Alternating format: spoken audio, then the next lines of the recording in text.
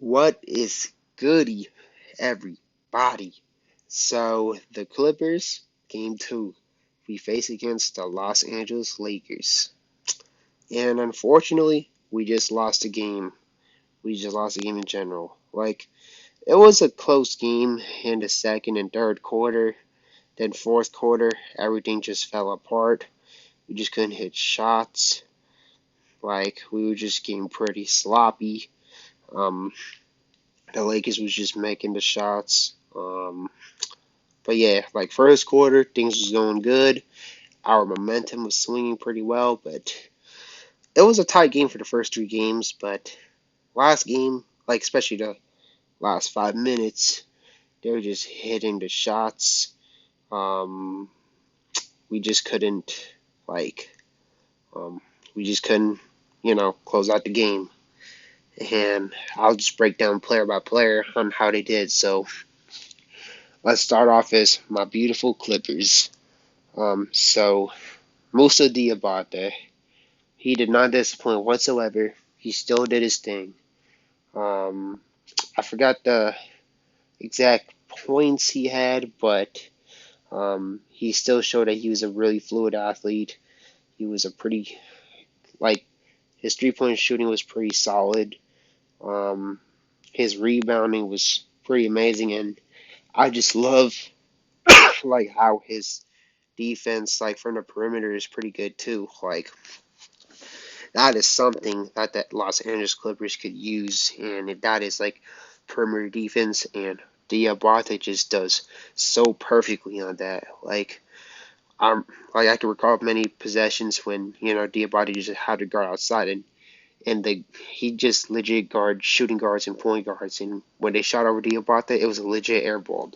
While compared to sometimes Zubac, Zubac's improving on that, and I think he's a pretty solid player. But sometimes when quicker guards switch up on him, they would just drive on him real quick, or they would just hit a step back and just drain it over his face. But Diabate, especially when the Clippers play against the Mavericks, Diabate would absolutely be perfect for that series because when he gets switched on to Luka, it's clamps, absolute clamps. Like Diabate, man, I'm pretty satisfied that we dropped Diabate from what I've seen right now. I was kind of messed with his game months ago. Like I know I said last video, but when I recall Marcus Morris speak in the trade room or something like that. So I was like, hey, maybe we could trade Mark for Diabate, but I guess we didn't even know how to do any of that. We just got Diabate for free, and I thought that's a pretty good steal in my opinion. And but I'm not gonna act like I was all for Diabate in draft night. I wanted guys like Nazoza because Nazoza's 18 years old and he's younger. But it turns out he's just a stash and cash. So I guess good thing the Clippers did not do it to an extent. But at the same time, though, I don't know. Like I don't know too much about the situation where I like Dominic Barlow because he was kind of like Diabate, but I guess he's less athletic and he's not doing too crazy in the summer league. So I guess that's that. But his 3 point shooting is a little bit better. Um, I did push for John Butler because he was a unique type player. He's 7'1", but his shooting is pretty good, 39%. But I guess he is pretty frail. But so I guess Lawrence Frank went with Lawrence Frank saying Nick Batum went with Diabate because he's that perfect prototype for the Clippers. He's agile, he's versatile, he's pretty jumpy, he's he's pretty long, but at the same time he's not frail that he's gonna get bodied in the paint too bad. Look at how shredded his Diabate is. That's pretty good for the Los Angeles Clippers. But he did his thing. And honestly, I'll add Diabate as my untouchable list for the Clippers to not to trade. Because my untouchable now is obviously Kawhi PG, Brandon Boston, Robert Covington, Um, I think I said Brandon Boston, but yeah, Terrence Mann would kind of be up there. Scrubb will still be on there. I'll get on to Scrubb later on. And I forgot, but Diabate is definitely the guy I would not want to trade, and Diabate is the guy that I will continue to push for Tyronn to play him actual minutes. Like people saying he's a little raw and none of that, but nah, like not playing the young guys was like the biggest downfall of the Clippers for the past 10 years. And Tyronn like he needs to work on that. He needs to start like not being hesitant to play the young guys and just get out his comfort zone. Like honestly, worst case scenario for Diabate is like he's like a bigger Roko because that guy could legit grab boards and he's pretty agile enough to guard 1 of 5 and he's a pretty good rebounder. Like that's his worst case scenario. Like if I'd have given him a good player comparison, hmm. I know initially I say kind of like Jonathan Isaacs, and I would still stick with the Jonathan Isaacs, but I say he's kind of like a taller Robert Covington or a taller Nick Batum. And if you want to like take it to like an extra level, I'll say hmm, like a really poor man's version of Kevin Garnett because KG Diabate have the same size and same skill set to a little extent. Of course, KG is just a different breed, but um, Diabate, who knows? He's going to be very special for us. But Clippers, don't trade Diabate no matter what. Nope, we're not trading Diabate.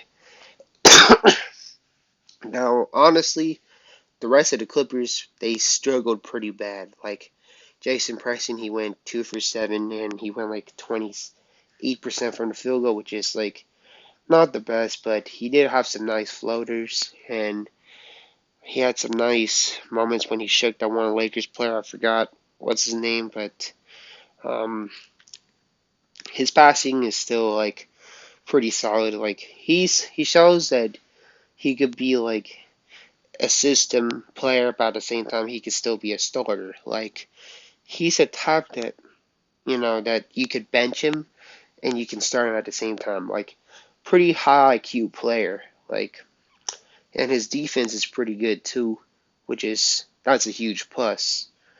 Um, but yeah, Preston he kind of had a disappointing field goal night, but if you actually watches how he played, it was decently solid. And then let's get to Brandon Boston Jr. Brandon Boston Jr. He had a big time off game on the field goal. He went like, believe it or not, 3 for 12, and he went to the free throw lines like a lot of times, but he got a lot of rebounds. All right, 9 rebounds, which is pretty damn impressive, and he continued to play pretty good defense as well too. He locked up Max Christie. Um, but yeah, like thankfully he did hit the free throws, but I mean but yeah, he had a off field goal game, and then other players like Brantley, he did okay, he did pretty solid. Um, Reggie Perry, he's shown moments that he could hit some shots, but um, he kind of had some off moments. Um, let's see who else. Let me try to remember who else other than J Scrub because I'm gonna cover him like kind of last because you know my favorite player, so I kind of want to save best for last. But let's see. I don't think. Oh, Xavier Moon. Xavier Moon. He went 0 for 8, which is he did not hit a field goal whatsoever, but he got 5 assists, which is the leading assist and other stuff. But he was pretty off in the field goal, but he's not getting the most slander. Now let's talk about my man Jay Scrubb. Now, now, oh man. So Am I still a J Scrub stan?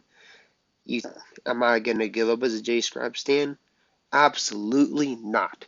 I will still stick by my side on J Scrub no matter what. Like, unless if he actually does bad, which is um he did have some streaky shot selections like towards like kind of like the end when he was like kind of missing some jump shots. But I mean, what else do you really want him to do? He's a scorer. It's just the shots couldn't fall in. Like Kobe Bryant, he had so many games just like that. Like his shots just couldn't fall in, but yet when it mattered, Kobe started making some shots. So I mean, like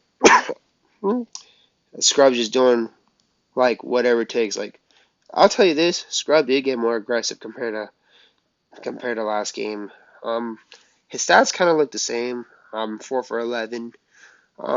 He did shoot. Well, he made 1 3, like one for 2, so 50% from the three. Um, his defense was pretty good. Like I thought he played pretty good defense. Like I know I sound biased because I am one of the biggest J Scrub fans in the Clipper community, but I know a lot of people slandering him, and I bet all the J Scrub haters gonna come to the comment sections and probably hate, but I couldn't care less. Just keep the same energy when J Scrub has a good game. Like I'm not gonna just support J Scrub when he has a good game, and when he has an off game, all of a sudden just slander him out of nowhere. But I mean, he did have some shaky turnovers. Like he was leading the turnovers of the team, but people are acting like Scrub was not the leading scorer along with Brandon Boston in this game entirely, and looks like everyone's just essentially like um, showing a lot of dislike towards um,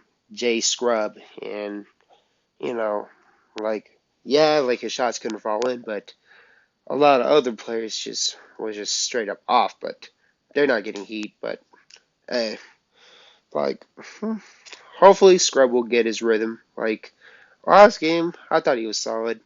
Um, his IQ was pretty good, but this game he took the aggressive route. He took the Warhawk route. He was just boom trying to attack the basket, and he had a lot of good euros actually. Like there are two shots that he was just scoring when two people tried to guard him, and he just scored on them. Like had the nice euro. So I'm still not hopping off the J Scrub train. Like especially, I liked his defense. Like, he had some possessions when he played.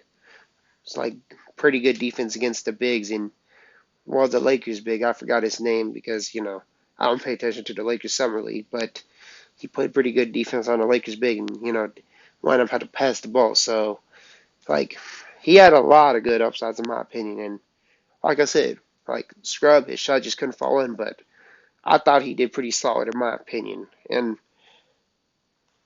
I will still continue to support Jay Scrub. Simple as that. Right now, let's talk about the Lakers a little bit. So I don't know too many of their names, but I believe Max Christie, he had an off game.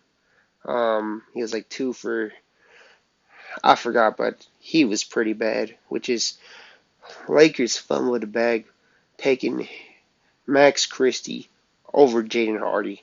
I don't know what it was the Lakers thinking, but if I was a Lakers fan, I'd be entirely mad. Cole Swider, the people that Lakers fan been hyping up, he did hit some timely shots, which kind of like crushed our momentum. Um, the Lakers center, I guess he played his center role, did his job. Sharif O'Neal didn't do too much. Scottie Pippen Jr., the people that were hyping up, he didn't really do too shabby. He was okay, I guess, but not really the best, if we're being honest.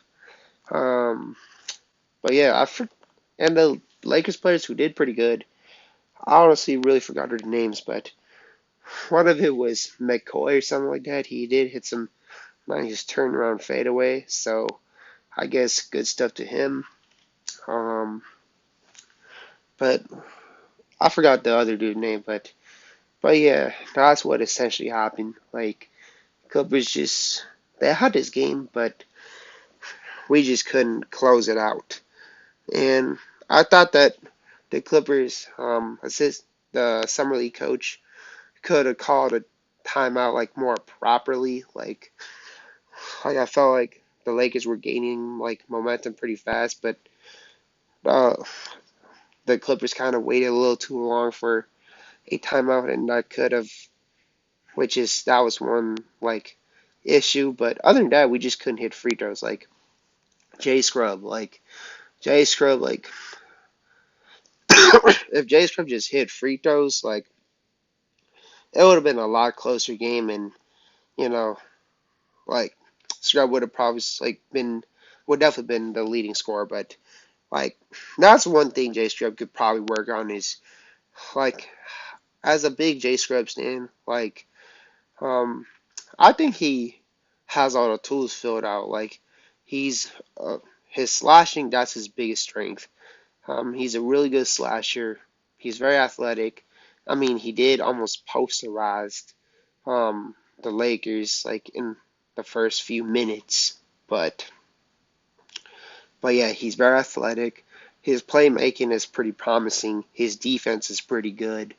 Um, his shooting, like he could shoot, but it's just not efficient.